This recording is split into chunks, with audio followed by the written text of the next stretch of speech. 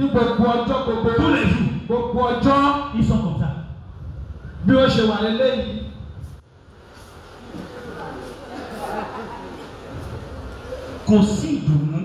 Il n'y a pas la joie en eux. Qu'est-ce qu'il y a? Qu'est-ce qui se passe? Vous ne savez pas ce que Jésus-Christ vous a fait. Jésus vous a délivré de l'enfer et nous a mis dans le ciel.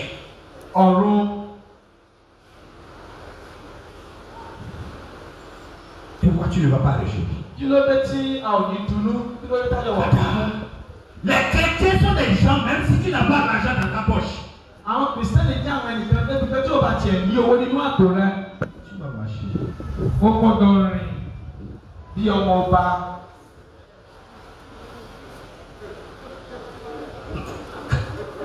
Tu vas trouver un verset là. C'est pour ça.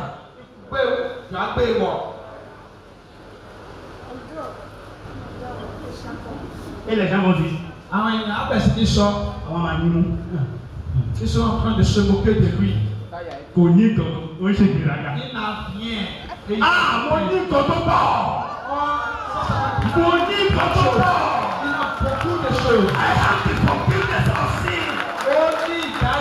I have the forgiveness of sin.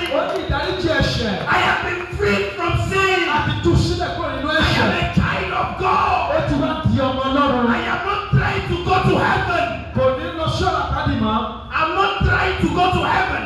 I'm not trying pour aller au ciel. Parce que le ciel est à moi. Pourquoi je ne vais pas réjouir? Pourquoi je ne vais pas réjouir? Tu n'as pas besoin de l'argent pour réjouir. Parce que l'argent ne peut pas te donner la joie. L'argent ne peut pas te donner la joie. Oh, je dis que l'argent ne peut pas te donner la joie. Les voitures ne peuvent pas te donner la joie. Il y a une chose qui peut te donner la joie. La Bible a parlé de la joie de salut. C'est que tu es sauvé. Et ton salut est par la grâce. Tu réjouis. Tu réjouis. Alléluia.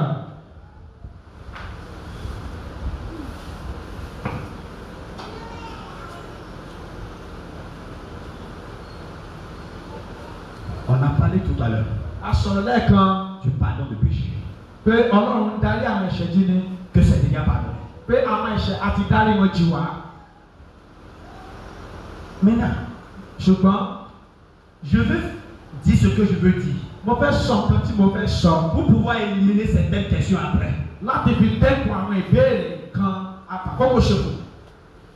Souvent, quand on écoute des messages comme ça,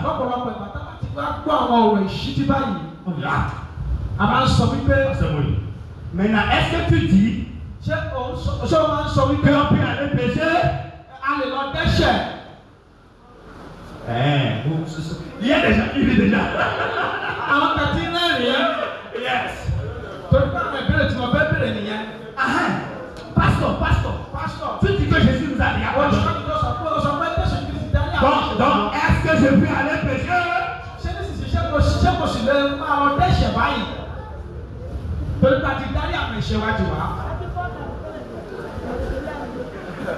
Romains chapitre 6.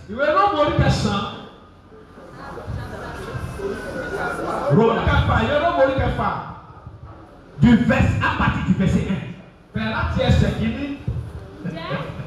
Il se suit. Ṣé kí a jókòó nínú ẹ̀ṣẹ̀ kí oore ọ̀fẹ́ bá lè máa pọ̀ sí i kí a má rí? Ìbéèrè ni o. Ìbéèrè ni o. Olúwa ti dáríjì wá. Kí a lè máa ká máa ṣe lọ. Est-ce qu'on peut continuer à pécher? Tó bá lọ ṣẹ̀ṣẹ̀ á ṣe o. Si vous péchez, vous allez subir les conséquences de votre consommation.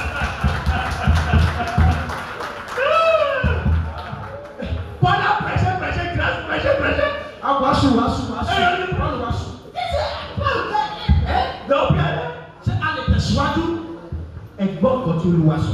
Écoutez ce que Dieu a dit. La question est celle-ci. Ìbéèrè yìí, Est-ce que on peut continuer dans le péché a à lè cause de la grâce? tẹ̀síwájú nínú ẹ̀ṣẹ̀ nítorí oore ọ̀fẹ́? Ẹ jọ̀ọ́, ẹ gbọ́ mi dáadáa. Écoutez-moi très bien. Màá jẹ́ kó yé yín kó tó wà níbí báyìí. Je ferai que ce qui est là soit compris de tout le monde. Ẹ jọ̀ọ́, ẹ bá mi kà á lọ sí ẹsẹ̀ kejì. Priez lire jusqu'au deuxième verset. Kí a má rí àwa ẹni tí ó ti kú sí ẹ̀ṣẹ̀. Ẹ jọ̀ọ́, ẹ dúró. Ó ní ká má rí. Est-ce qu'on peut continuer que dirons-nous donc? Demeurerions-nous dans le péché afin que la grâce abonde? Ṣé a lè máa gbénú ẹ̀ṣẹ̀ tàbí oore ọ̀fẹ́ kí ó máa pọ̀ sí i? Paul a répondu à la question. Ó dáhùn ìbéèrè yìí. D'accord. Loin de là. Maintenant, je vais vous aider. Màá ràn yín lọ́wọ́. Donc, Paul a fait le dit que Paul sọ fún mi pé ẹgbọ́n wa.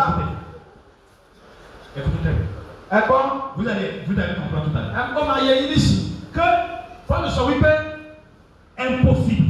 pé kápẹ́ kò lè ṣẹlẹ̀ irú òlè wá. Il a dit, demeurerions-nous donc? Ṣé a lè máa gbé? Paul a dit, impossible. Ó ní rárá kò lè ṣẹlẹ̀. Ok, disons-nous la vérité. Ẹ jẹ́ ká bọ́ra wa sọ òtítọ́ ọ̀rọ̀.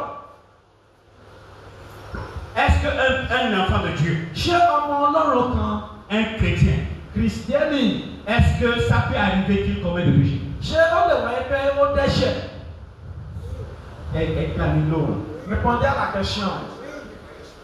Si on est c'est qui ọmọ Ọlọ́run, Est-ce que c'est possible qu'un enfant de Dieu qu'il fasse une erreur et qu'il commette le péché? kó ṣe àṣìṣe kan kó sì dẹ́ṣẹ̀? Oh Jésus. Hein?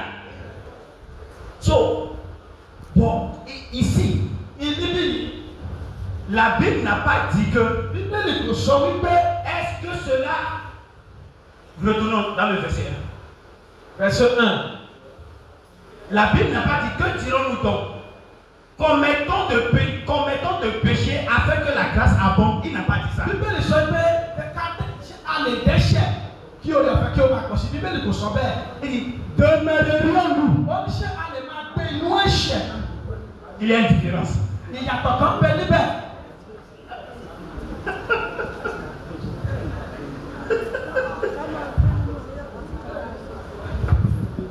Écoutez. Ẹ gbọ́ mi dáadáa. Demeurerions donc.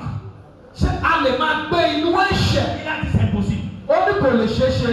On va voir pourquoi il a dit que c'est impossible. A máa rí di tó fi sọ pé kò lè Il ṣeé ṣe. n'a pas dit Ṣùgbọ́n kò sọ wípé que c'est impossible pé kò ṣeé ṣe qu'un enfant de Dieu commette le péché. kí ọmọ Ọlọ́run kó má dẹ́ṣẹ̀ o.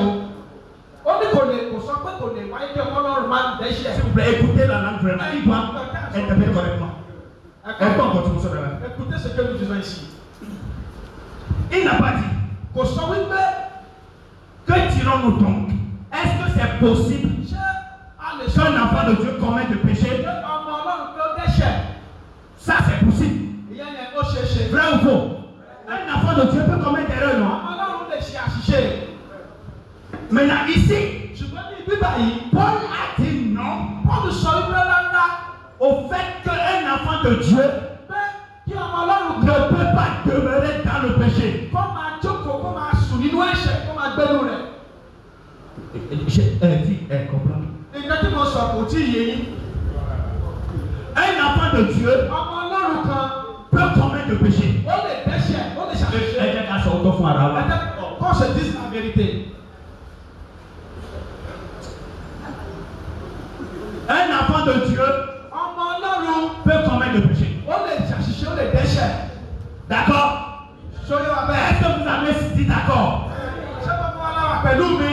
Mais ce à quoi Paul a dit, c'est impossible. Ṣùgbọ́n nǹkan tí Paul sọ yìí pé kò lè ṣeé ṣe. Un enfant de Dieu Kí ọmọ Ọlọ́run kan peut commettre le péché, ó lè dẹ́ṣẹ̀. mais ne peut pas demeurer dans le péché. Ṣùgbọ́n kò lè máa gbé inú ẹ̀ṣẹ̀. Nǹkan tí Paul sọ yìí pé kò lè ṣeé ṣe nìyẹn.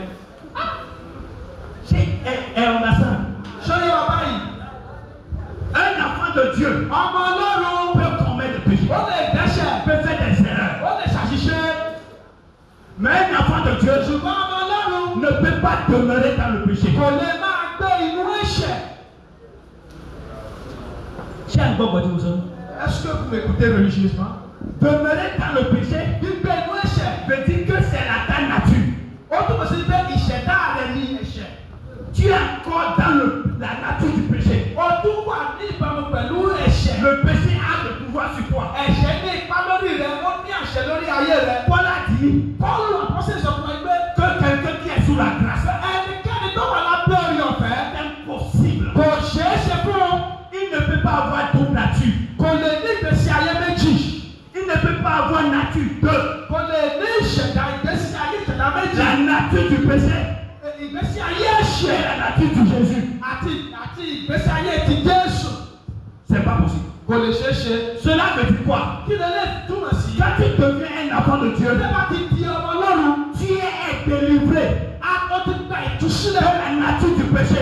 kúrò nínú ìgbèkùn ẹ̀ṣẹ̀. Et tu es en Jésus. Ó sì ti wá bẹ̀ sí ní gbénu Tu Jésù. n'es plus dans le péché. Ó tún sí nínú ẹ̀ṣẹ̀ mọ́.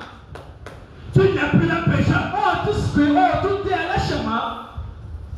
Tu as la nature de Dieu. Ó ti gbé ìgbé ayé Ọlọ́run wọ̀. Tu n'as plus la nature du péché. Ó tún gbé ìgbé ayé ẹ̀ṣẹ̀ mọ́. Et quel péché dont on parle? Ẹ̀ṣẹ̀ wọn láti ń gbé lóru aṣọ nípa rẹ̀. Ce n'est pas les fautes. Kìí ṣe àwọn àṣìṣe kékeré. Le péché d'Adam. Ẹ̀ṣẹ̀ Ádámù. Quand tu es en Christ, Bó bá ti wà nínú tu ne Kristi. peux jamais être dans le péché d'Adam. Ó tún lè sí nínú ẹ̀ṣẹ̀ wà nínú ẹ̀ṣẹ̀ Ádámù. Kò ṣeé ṣe. Parce que n'oubliez pas, Ẹ má gbàgbé. voici l'agneau Ẹ wo ọ̀dọ́ àgùntàn náà. qui a ôté le péché. Èyí tó mú ẹ̀ṣẹ̀ aráyé kúrò.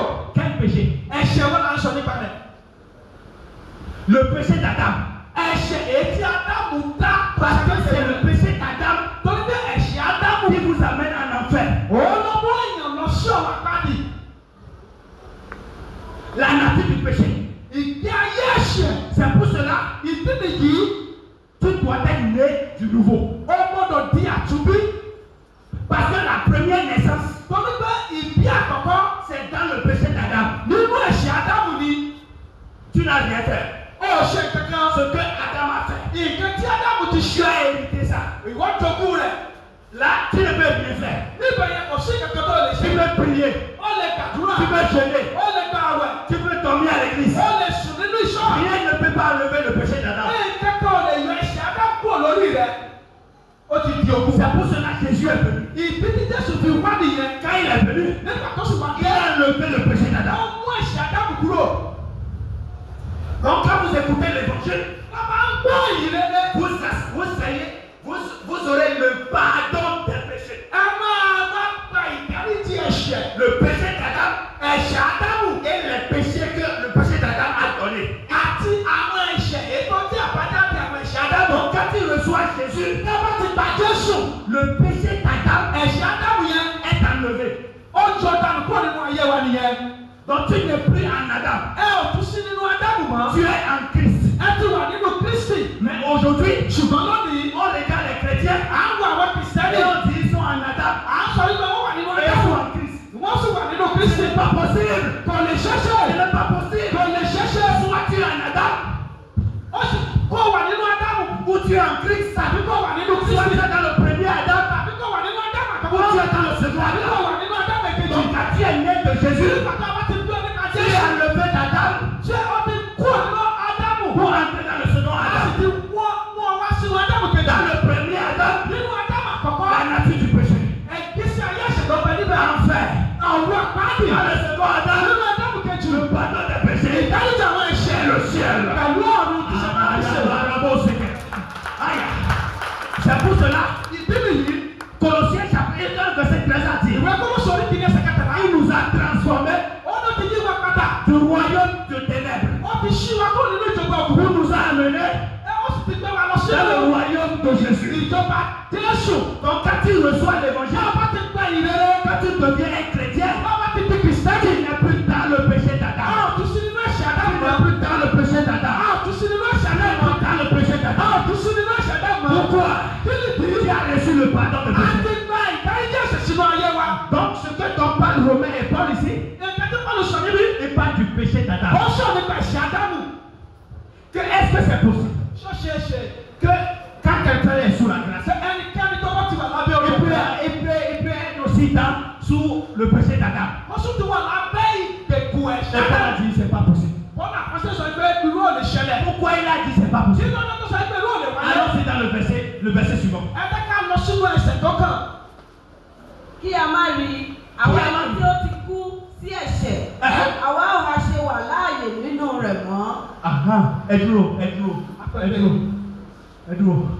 Bíbélì wípé a ti kú sí ẹ̀ṣẹ̀. Ẹ kú sí ẹ̀ṣẹ̀, ṣé ẹ kì í ṣẹ̀? Ẹ ń ṣẹ̀.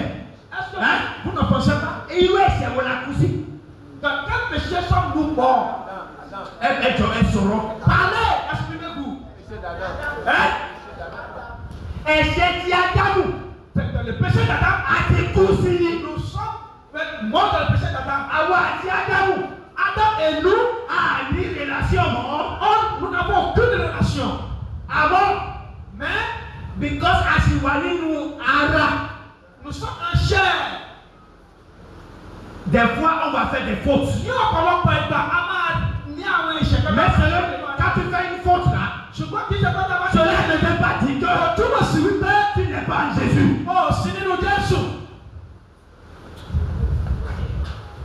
C'est pas que tu peux mourir. Depuis que vous avez, c'est tu vas venir par cette signe. Lorsque votre enfant commet un enfant, puis quel est bien mignon. En tant que non, si elle le sauve, tu dis au mourir cher. Parce que votre enfant a transgressé. Quand c'est ton Dieu au cas. Il a fait quelque chose qui n'est pas bon. Il n'est plus votre fils, il n'est plus votre enfant. Parlez-moi.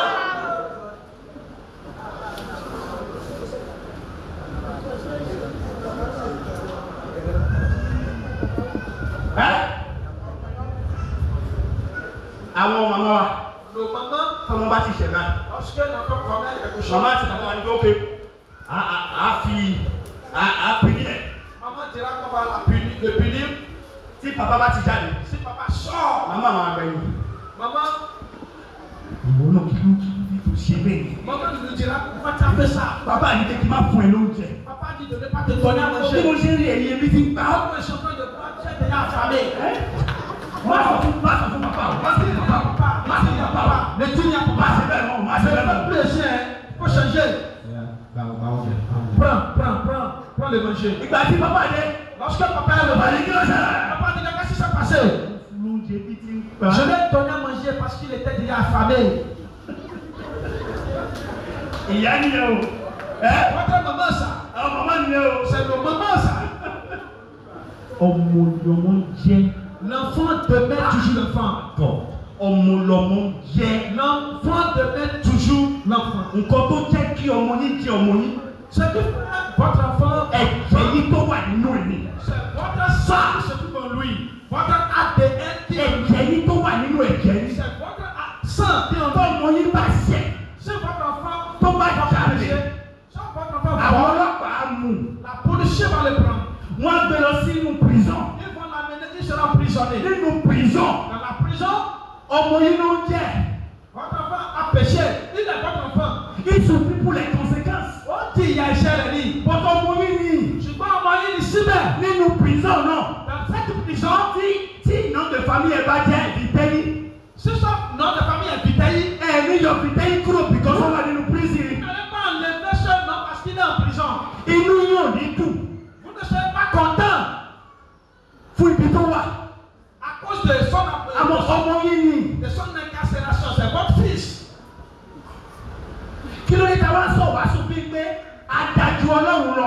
Pourquoi on s'exprime des fois comme si nous sommes plus bons que Dieu? Si vous, homme cher, dites crois que votre fils est votre fils, vous invoquez le Seigneur qui est plus bon que tout le monde. Si vous commettez une offense, vous n'êtes plus son enfant.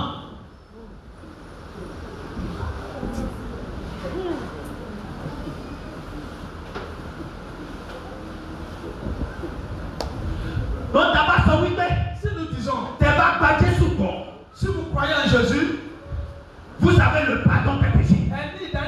Ah, ça veut dire qu'elle en gère. on ne vous demande pas d'aller commettre. Ah, ça veut dire qu'elle en fait baisser et On ne vous demande pas d'aller commettre d'immoralité. elle comment on fait baisser Joda. Si quelqu'un va prendre des On y a une conséquence sur l'homme télé. il a des conséquences qu'il va écoper. Avant, il y a eu au sommet au Jérusalem. Cela, Et sur mon nom. cela ne dit pas que vous n'êtes plus enfant de Dieu. Il d'aller dire Le pardon des péchés, est puni. c'est un don. Est puni. C'est un don. Est puni. C'est un don. Tu vas pas Jésus pour. Si vous recevez Jésus-Christ, Et tu vas y d'aller dire vous avez reçu déjà le pardon au péché. avant de marcher. Si vous transgressez, Et machine le pouvoir échoue. vous ouvrirez la porte au Satan. De marcher. Si vous transgressez, Elle est pas connue pour aller. vous pouvez vous gâter beaucoup de choses.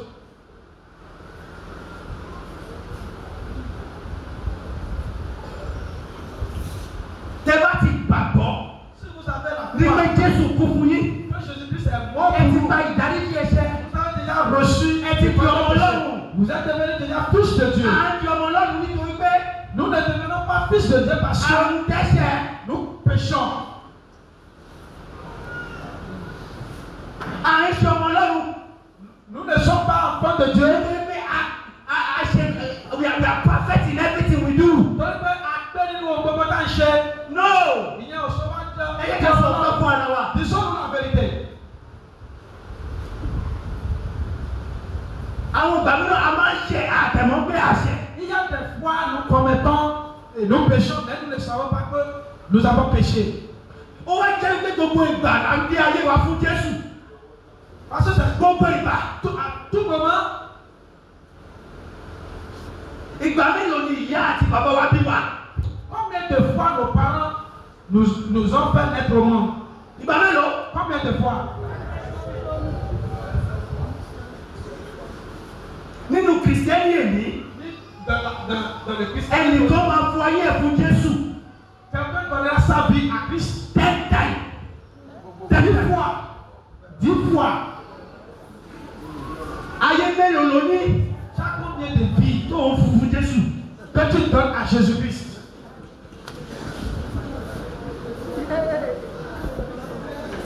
Tó bá gba Jésù gbọ́, Si vous recevez Jésus, ó ti di ọmọ Ọlọ́run vous ni. êtes devenu fils de Dieu. Àmọ́ ìgbà tó di ọmọ Ọlọ́run yẹn, Mais le moment où vous êtes devenu fils de Dieu, o gbúdọ̀ gbọ́ ọ̀rọ̀ Ọlọ́run. vous devez écouter la parole de Dieu. O gbúdọ̀ gbàdúrà. Vous devez prier. O gbúdọ̀ ṣiṣẹ́ Olúwa. Vous devez servir Dieu. Tó bá ń ka ọ̀rọ̀ Ọlọ́run, Si vous lisez la Bible, ọ̀rọ̀ Ọlọ́run oúnjẹ mi ni. la Bible c'est le Tó bá repas ń jẹ spirituel. oúnjẹ mi, Si vous mangez le repas wàá bẹ̀rẹ̀ spirituel, sí máa dàgbà. vous allez commencer par crédit. Àwọn ìṣe tí ó dá tó ń ṣe tẹ́lẹ̀, Ce que tu faisais avant, òní máa ṣe é tu mọ̀. vas commencer par les éviter. Oníṣì ó ti ń dàgbà. Parce que tu es en train de grandir. Tẹ bá bí ọmọ lẹ́yìn, Si vous, tẹ bá bí ọmọ si vous ọmọ avez kòkó, un enfant aujourd'hui, ọmọ yẹn ò ní bẹ̀rẹ̀ sí máa máa rí. il ne va pas commencer par marcher en même temps. Si vous Ok. avez aujourd'hui, Tẹ bá bí ọmọ, si vous enfants, àwọn ìyá wà bí o. les mamans sont là. Kọ́mọ yẹn tó bẹ̀ sí mi. Avant que l'enfant Ẹ̀yin gbọ́dọ̀ tẹ bí ọmọ yẹn máa sá kúrò ní hospital. vous êtes laquelle qui fait l'hôpital. Ṣé ẹ gbọ́ mi? Est-ce que vous m'écoutez? Ẹ bá tẹ̀ ẹ̀ ẹ̀mí ká ní wọ́n bí o. Àjọ̀dú rẹ o. Ah, c'est pas Àjọ̀dú moi-même. rẹ. C'est pas moi-même.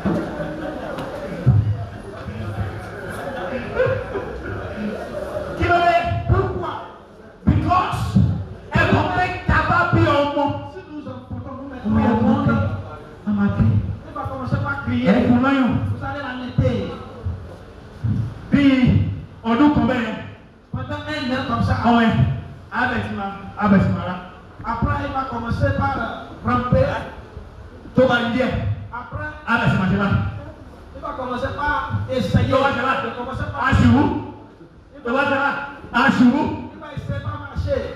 Ọdún Se méjì. lever, tomber, se lever, tomber. Ọdún méjì. Pendant 2 ans, Abẹ̀sìmọ̀ ṣe máa. il va commencer par se Ah, mais c'est mal, soulever oui. légèrement. Ah, mais c'est mal, oui. Un peu, un peu. Tó bá rìn, àtúnṣubú. Àtúnṣubú. Il va tomber. Il va se relever. Papa dit maman. Le papa. Oh yeah, iṣẹ́ pàṣẹ yòó. Iṣẹ́ pàṣẹ nìyẹn. C'est l'œuvre du pasteur. Marche un peu. Viens. Marche un peu. Marche un peu. Viens. Tó bá di after some times. Lẹ́yìn ọ̀pọ̀lọpọ̀ ìgbà. Ọmọ yẹn. L'enfant. Abẹ́sí ma sáré. Il va commencer par courir. Abẹ́sí ma sáré. Il va commencer par Abẹ́sí ma sáré. Il va commencer par courir. Tó bá di bàbá.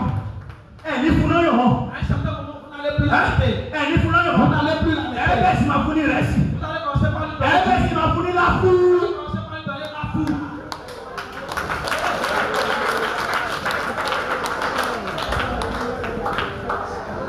Ọmọ yẹn ti ń dàgbà.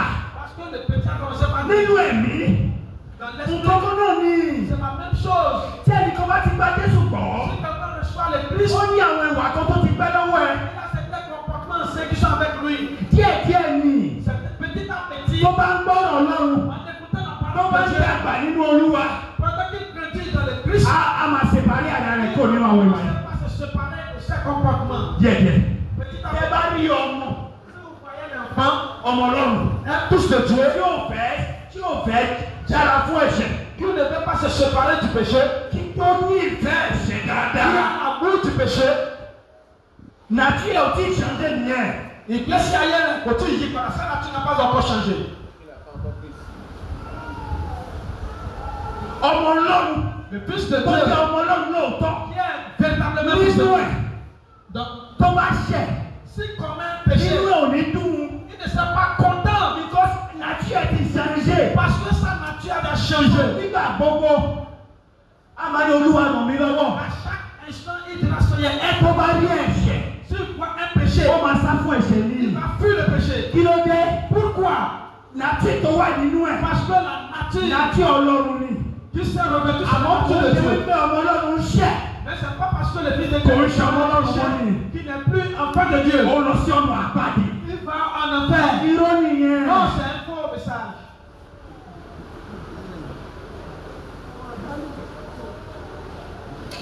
Olúwa ràn wá lọ́wọ́. Dieu va nous aider. Àti Olúwa ràn wá lọ́wọ́. Je dis, Dieu va nous aider. So, dans cette session, Ní sáà yìí, I want to show you something. mo fẹ́ fi kankan hàn wá. And that's where we stop for this session. A sì parí fún sáà yìí. Lẹ́yìn tí bá tó fi kankan hàn wá. Can you stand up? Ṣé a lè dìde dúró?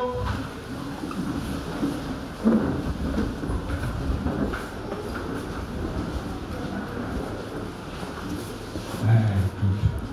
Sit down. Ẹ jókòó. Praise God.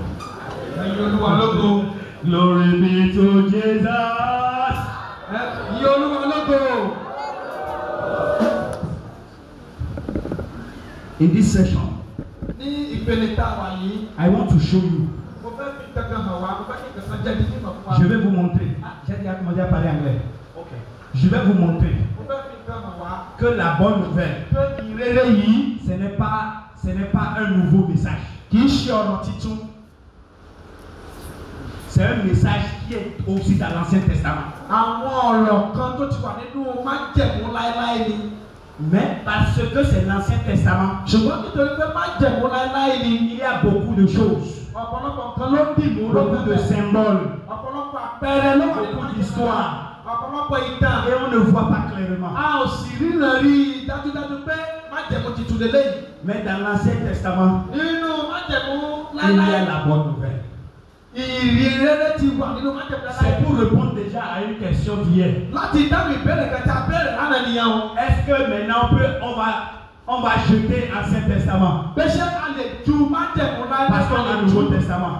torí pé àti ní májẹ̀mú titun. Non. Rárá kò rí bẹ́ẹ̀. Pourquoi? Kí nìdí? Parce que le Nouveau Testament Torí pé májẹ̀mú titun est dans l'Ancien Testament. ó wà nínú májẹ̀mú láéláé.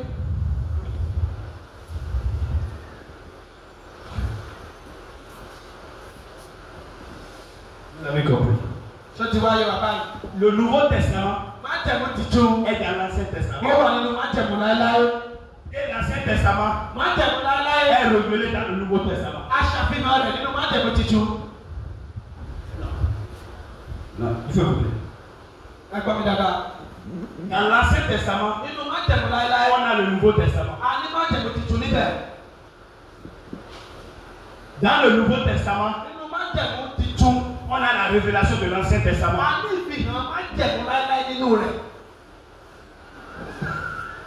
Écoutez-moi. Dans l'Ancien Testament, Jésus était là. Mais on ne voit pas ça clairement.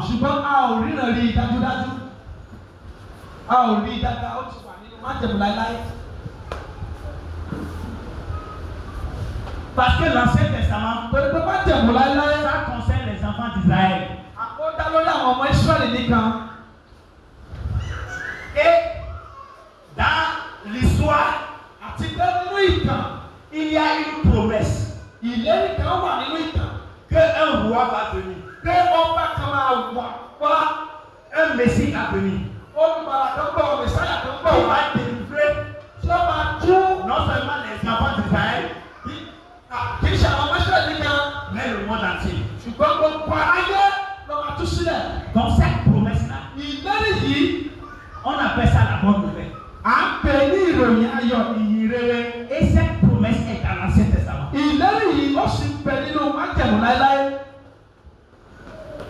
Quel glorieux. Hein? Because of time. À cause du temps, on ne va pas dire ça. Hébreux chapitre 11 a parlé des anciens qui ont cru.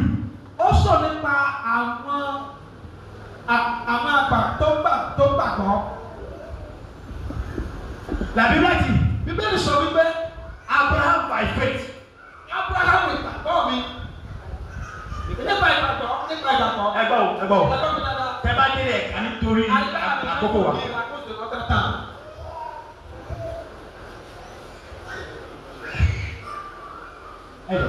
Amaka verset 1. Hébreux 11 verset 1. Ǹjẹ́ ìgbàgbọ́ ni ìdánilójú ohun tí a ń retí? Ìjẹ́rìí ohun tí a kò rí. Ohun tí a ń retí. Ohun tí a kò rí. Écoutez. Oui. Ǹjẹ́ ìgbàgbọ́ ni ìdánilójú ohun tí a ń retí? Ìjẹ́rìí ohun tí a kò rí. Nítorí nínú rẹ̀ ni àwọn alàgbà àtijọ́ ní ẹ̀rí rere. Àwọn alàgbà àtijọ́. Kí ni ìgbàgbọ́ wọn? Their hope is not spirit. Wọ́n ní ìrètí.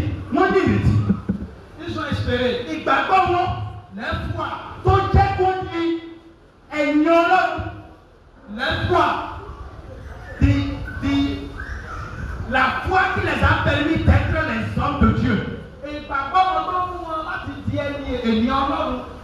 Dans l'Ancien Testament, ils ont l'espérance.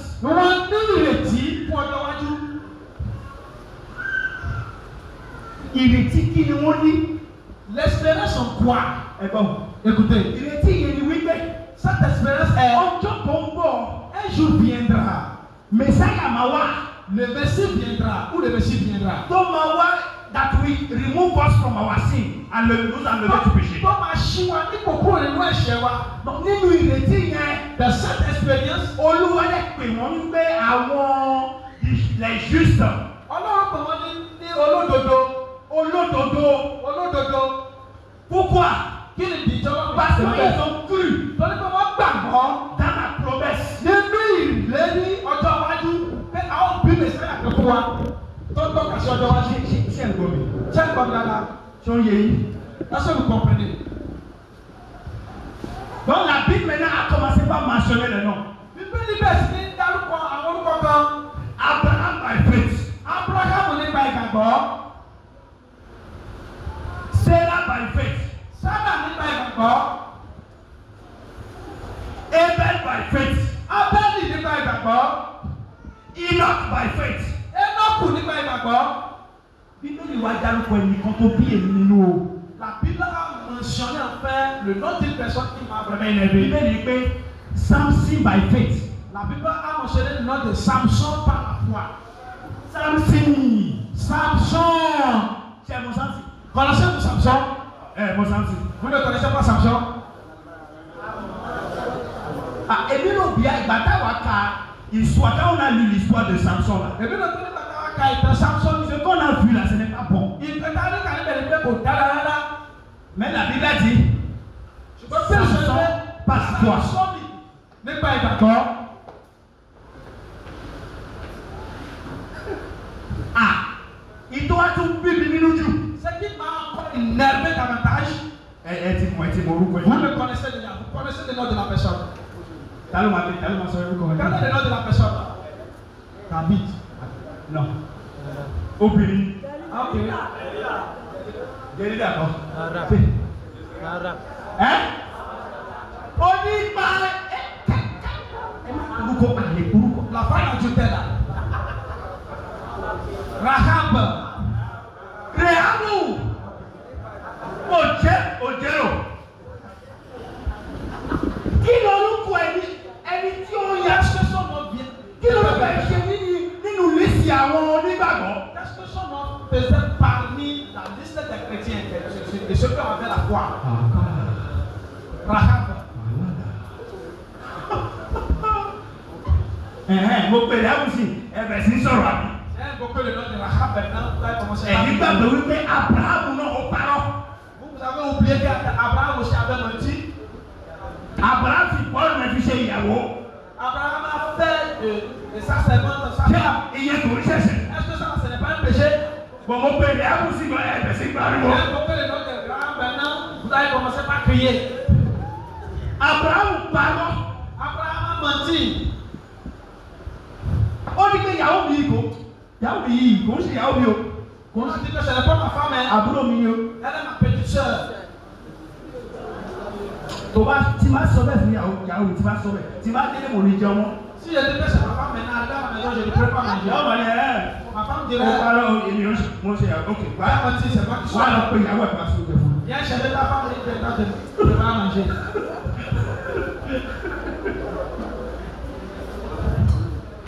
Ọba yẹn lè gba ìyàwó Abraham. Le roi lui a pris sa femme. Ọlọ́run wa bá ọba yẹn. Dieu s'est révélé à ce roi.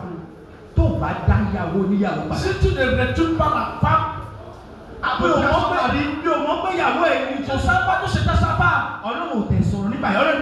Gbájá ìyàwó ẹ̀ padà ìyàwó níyàwó padà. Retourne la femme à son mari. Ọlọ́run náà ti wá sọ́dọ̀ Abraham. Dieu t'a dit à venir. Ọlọ́run ò sọ̀rọ̀ nípa irọ́ tí Dieu n'a Abraham pa. pas parlé à propos du Ọlọ́run ti bẹ̀rẹ̀ sí sọ̀rọ̀ pẹ̀lú Abraham. Abraham était au cœur auprès du roi. Nínú wa, ça c'est l'Ancien Testament. Má jẹ̀mú láíláí nìyẹn o. Má jẹ̀mú láíláí là ń sọ̀rọ̀ nípa rẹ̀ yẹn o. Èsì ìgbà tó parọ́ báyìí. Maintenant que tu as menti, Àpáàdì ló lọ straight. tu vas en faire. Bí pé Ọlọ́run títí wọn nígbà yẹn ó yàtọ̀ sí Ọlọ́run títí wa ń sìn. Comme si les dieux à l'époque étaient différents de notre Dieu d'actualité.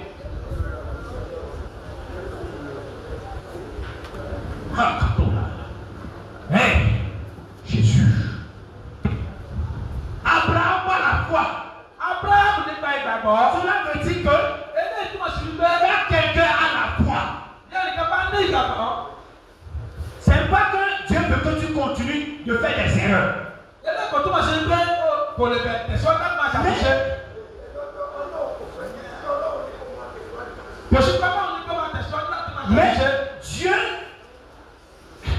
sa relation dépend de ta foi en lui. Ìbáṣepọ̀ ni ó dá lórí ìgbàgbọ́ tí a ní sí. Ok, tí Ọlọ́run bá máa réagir nípa gbogbo erreur tá ń commettre. Si Dieu voudrait réagir à propos des erreurs que nous commettons, Gbogbo erreur tá ń commettre. toutes les erreurs que Tí nous Ọlọ́run bá máa agir. si Dieu va vouloir réagir, Ẹ ti kú tipẹ́. vous ne serez plus en vie. Tipẹ́tipẹ́. Vous serez déjà mort. Ẹ ti lọ. Vous ne serez plus en vie. Donc dans l'Ancien Testament, Nínú májẹ̀mú láíláí, par la foi. nípa ìgbàgbọ́, C'est pour cela la Bible a dit. ìdí ni ti Bíbélì sọ wípé Le juste olódodo vivra par la foi. Cela ne vivra par la foi. olódodo máa gbé nípa ìgbàgbọ́, máa wà láyé nípa ìgbàgbọ́. That's means every day, tous Ní les jours, gbogbo ìgbà, ní gbogbo ọjọ́, tu dépends de lui. Òun nìkan là ń wò. De lui. Òun nìkan ni a fi ṣe ìgbẹ́kẹ̀lé Tu wa. ne dépends pas de ta force. Kì í ṣe agbára wa ni a fi ṣe agbára. Èmi ò ṣe o. Wọ́n ṣe lè kọ́ mẹ́fà jẹ́rẹ́. Yóò gbàdúrà 100 days. Pleine prière de 100 jours. Ọmọ ọgbẹ́ nípa agbára mi ni. Tu ne sais pas que c'est pas ma force. Kò ṣe bẹ́ẹ̀ o. Ce n'est pas ça, hein. Jésù nìkan. C'est Jésus-Christ qui est le seul. La kọ́kọ́ ni. En qui nous avons Orí ọ̀fẹ́ Jésù nìkan. c'est un Jésus-Christ seul. Èmi gbọ́kànlé. Que j'ai mon assurance. Mi ò lè gbọ́kànlé èmi. Je n'ai pas mon assurance en moi-même. En moi-même, non. Gloire à Dieu. Alléluia. Gloire à Dieu. Alléluia. J'ai seulement 10 minutes et on va finir. Mo ní ìṣẹ́jú mẹ́wàá ká máa mú. Je vais continuer de vous montrer dans l'Ancien Testament. Mo bọ̀ tí n fi ipa láti fi má jẹ̀bú.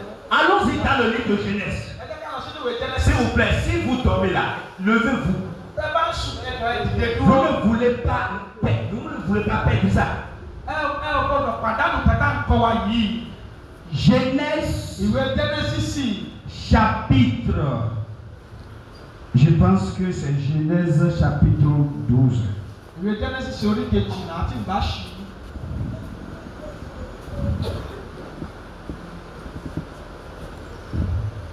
Chapitre 12. Ìwé Jẹ́nẹ́sì orí kejìlá.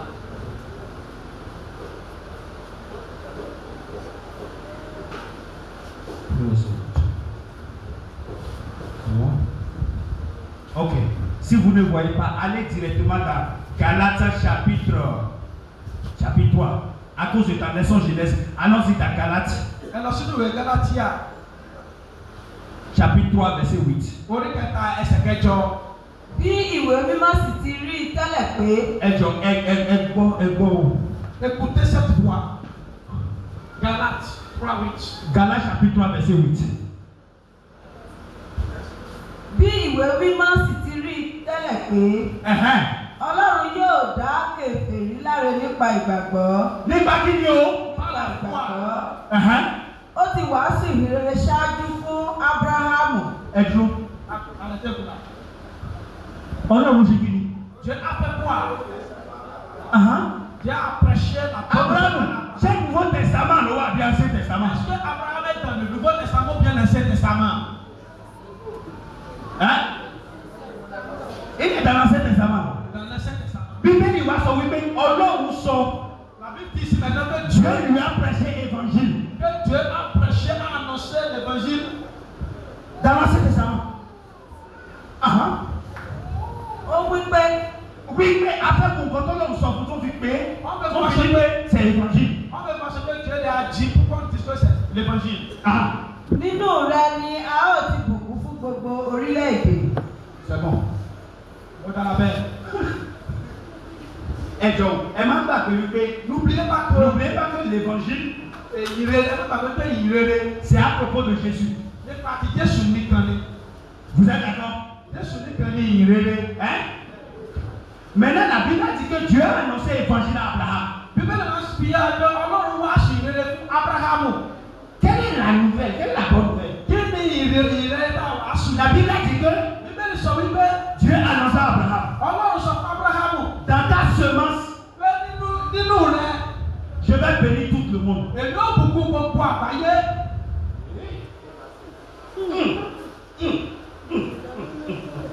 Ok. Question.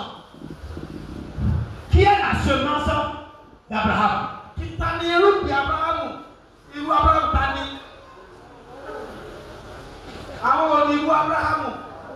Lọ́mọ wọn bí àwọn ẹ má ṣíwájú. Tani semence Abraham? Qui est la semence d'Abraham? Oui. Non. L'enfant d'Abraham, là, c'est qui? Isaac. Donc Dieu est venu. Dieu dit Abraham, tu vas avoir un fils. C'est vrai que tu as fait un autre fils. Ça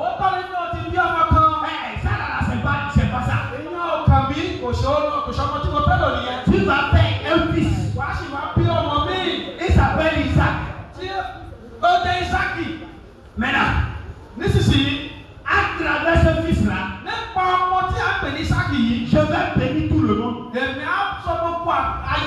ìbùkún. Cela veut dire que Ẹlẹ́fẹ̀ẹ́ túmọ̀ sí si pé tu n'es pas dans ce fils-là, tí o bá ti ní ọmọ yẹn, si tu ne proviens pas de ce fils-là, tí o bá ti wá láti ọ̀dọ̀ ọmọ tu yẹn, ne seras pas béni. o lè di ẹni ìbùkún. Donc, il y a ça veut dire quoi? La bénédiction là, Ìbùkún náà sọ yìí. ce n'est pas l'argent. Kì í ṣe owó. Parce qu'il y avait déjà dans l'Ancien Testament Tọ́gbà àwọn èèyàn ti wà nínú májèmú qui láyé. ne croient pas dans le Dieu Israël Tí wọ́n gbàgbọ́ nínú Ọlọ́run Ísírẹ́lì. et qui ont des biens. Tí wọ́n sì tẹ̀ ní àwọn nǹkan ìní. Wọ́n ní des diadomes, ils ont des biens. Wọ́n jẹ́ ọlọ́rọ̀. Donc, la bénédiction dont tu parles, Ìbùkún tí mò ń sọ̀rọ̀ nípa rẹ̀ yìí. ce n'est pas matériel. Kì í ṣe ìbùkún àfojúrí. C'est bénédiction spirituelle. Ó jẹ́ ìbùkún nípa ti ẹ̀mí. Donc, Dieu dit à Abraham Ọlọ́run sọ fún Ábúráhámù. que en ton fils, Nípa ọmọ rẹ̀. je vais bénir le monde entier. Máa bùkún gbogbo ayé. Maintenant, écoutez bien. Ẹgbẹ́ mi dáadáa. Qui est Isaac? Tani Ísírẹ́lì. Selon le plan de Dieu, Gẹ́gẹ́ bí ètò Ọlọ́run. Isaac est le fils unique de Abraham. Ísákì jẹ́ ọmọ kan ṣoṣo fún Ábúráhámù. Selon le plan de Dieu. Nínú ètò Ọlọ́run fún Ábúráhámù. Qu'est-ce que Dieu a demandé à Abraham Kí ni Ọlọ́run wá bèèrè lọ́wọ́ Ábúráhámù? à propos d'Isaac? Nípa Ísákì. Ẹ̀gbọ́n, mo ti fẹ́ parí o ẹ̀gbọ́n. J'ai presque Kí ni Ọlọ́run sọ fún Abraham? Qu'est-ce que Dieu a dit à Abraham? Ó fi Ísákì rúbọ. Bí ọmọ ẹyọ kọ̀ọ̀kan ṣó yẹn. Selfish là. Fi lọ ṣe kí ni o? D'aller le sacrifier pour lui. Fi lọ rúbọ. D'aller le sacrifier pour lui. Ẹ má gbàgbé ọmọ ẹyọ kọ̀ọ̀kan ṣó. Il est le selfish d'Abraham. Fi lọ rúbọ. Mais Dieu lui demande d'aller le sacrifier. Ẹ̀gbọ́n o. Abraham wá sọ fún Isaki. Abraham a dit à Isaac. Isaki. Isaac. A fẹ́ lọ rúbọ. On vient aller faire sacrifice. Isaki ni. Isaac dit. Bàbá mi kò sí problème yìí àlọ́. Pas de problème. Allons-y. Ẹ̀gbọ́n dáadáa. Écoutez très bien. Abraham wá mú ọmọ Isaki. Abraham prit son fils unique Isaac.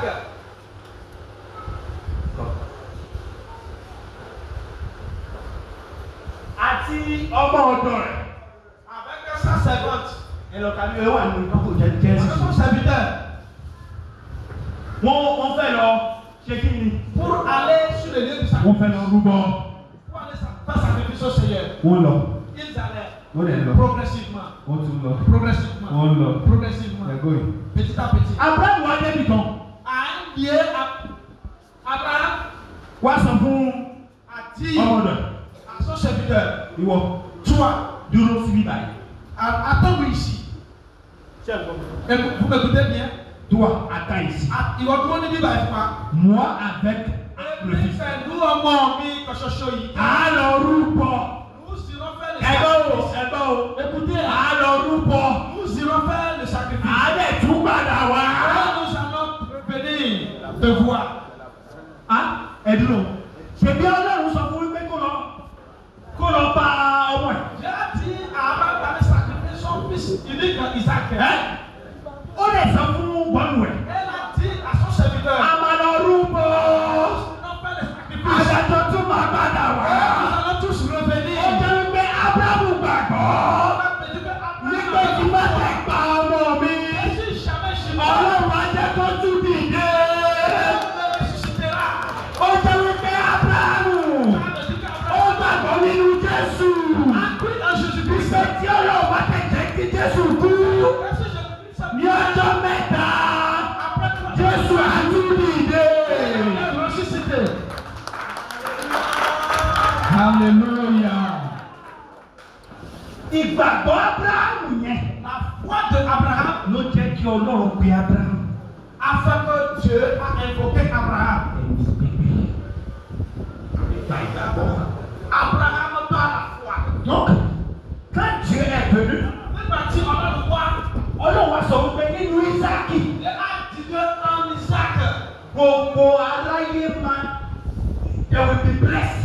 Tout le monde entier, toutes les nations seront bénies. On a dit, Et n'oubliez pas que cette bénédiction, c'est spirituel. ìbùkún nípa Si tiẹ̀. tu n'es pas dans le fils là, Tí o bá ti wá láti gba Isaki. tu n'es pas béni. Oh, les diamants par Pénéka, il faut t'en soigner.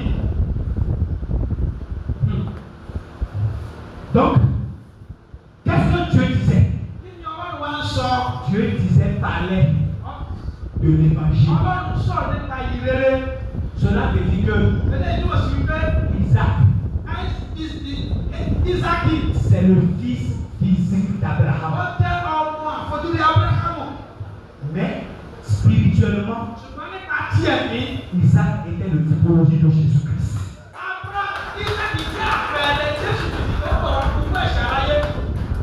That's why God of His own. C'est à travers lui que tout le monde sera béni. Quelle est la bénédiction?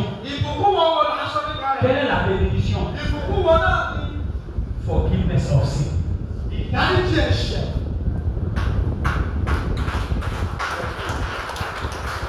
Alors, quand tu as le pardon de péché, tu es spirituellement béni. Éphésiens chapitre 1 verset 3. Éphésiens chapitre 1 verset 3. Àwọn ẹni tí gbogbo wa pẹ̀lú ti wà rí nínú ìfẹ́kúfẹ̀ẹ́ ara wa. A mú ìfẹ́ ara àti ti inú ṣẹ. Olùkọ́ ní Ọlọ́run àti bàbá Jésù Kristi Olúwa. Tí ó ti fi gbogbo ìbùkún ẹ̀mí nínú àwọn ọ̀run fún wa nínú Kristi. Ìbùkún. La bénédiction. Nínú tani. En qui? Ó jẹ́ pé tó bá wà nínú Kristi. En spirituel. Tu es béni. Vous êtes en Christ, vous êtes béni. Si tu es béni, lève-toi Vous sur tes êtes pieds. vraiment béni, levez-vous sur vos pieds. Tu vas prier. Seigneur, Seigneur, ouvre les yeux. Priez au nom de Jésus.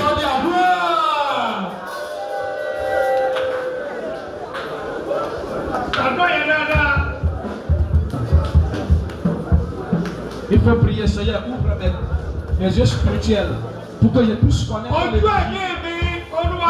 les yeux spirituels, Seigneur, ouvre pour que je puisse te connaître véritablement.